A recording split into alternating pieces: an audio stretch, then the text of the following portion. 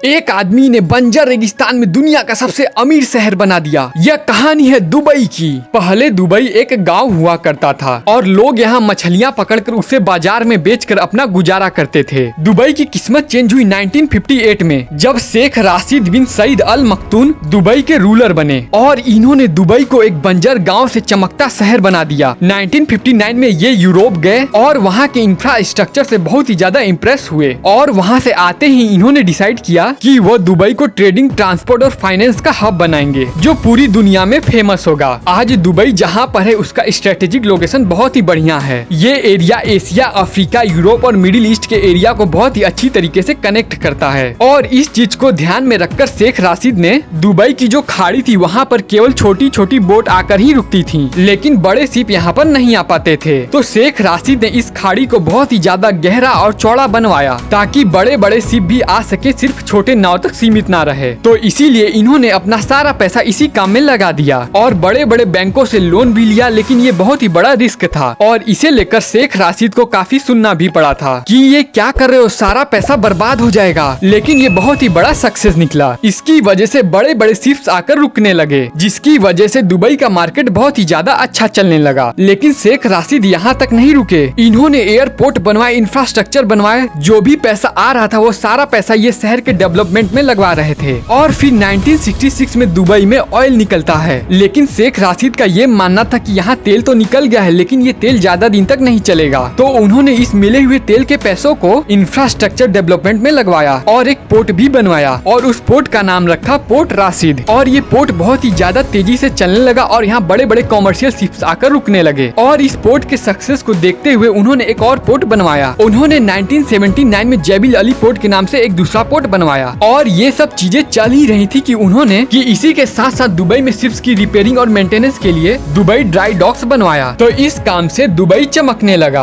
और जहां तेल के पैसों से दूसरे अरब देश महल बना रहे थे, वहीं दुबई के रूलर शेख राशिद की सोच बिल्कुल अलग थी और उन्होंने जेबिल अली पोर्ट को कमर्शियल फ्री जोन कर दिया। इसका मतलब ये है कि उस एरिया से जो भी कमर्शियल शिप्स गुजरेगा उसे कोई भी टैक्स नहीं देना होगा। ये करते ही ये रूट सारे बिजनेसमैन और कंट्रीज का फेवरेट ट्रेडिंग रूट बन गया और दुबई की जीडीपी का लगभग 24% पैसा इसी से आता है। और दुबई एक बड़ी सिटी बनने के लिए बहुत ही तेजी से आगे बढ़ रही थी। इसका सारा क्रेडिट शेख राशिद और उनके बोल्ड डिसीजन को जाता है। और ईयर 1985 में शेख राशिद ने एक एयरलाइन भी शुरू की, उसका नाम रखा एयर एमिरेट। शेख राशिद का ये मानना था कि दुबई को पूरी दुनिया में नंबर 1 बनाना है, तो इसीलिए उन्होंने दुबई को एक अट्रैक्टिव टूरिस्ट डेस्टिनेशन बनाना शुरू किया। जो चीज एक पोर्ट बनने से शुरू हुई थी अब टूरिस्ट डेस्टिनेशन की तरफ तेजी से आगे बढ़ रही थी। अब दुबई के अंदर बड़े बड़े होटल और बिल्डिंग बनाकर टूरिस्ट अट्रैक्शन बनाने का काम चालू हुआ और 1999 में 7 स्टार बुर्ज अली अरब होटल बनवाया गया। और फिर उसके बाद शेख राशिद की मृत्यु हो जाती है और फिर उनके बेटे शेख मोहम्मद बिन राशिद दुबई के नए किंग बनते हैं। शेख मोहम्मद बिन राशिद अपने पिता की तरह ही थे और उन्होंने अपने पिता के सपनों को बहुत ही तेजी से आगे बढ़ाया और इन्होंने दुबई में पाम जुमेरा बनवाया और पूरी दुबई को टैक्स फ्री कर दिया।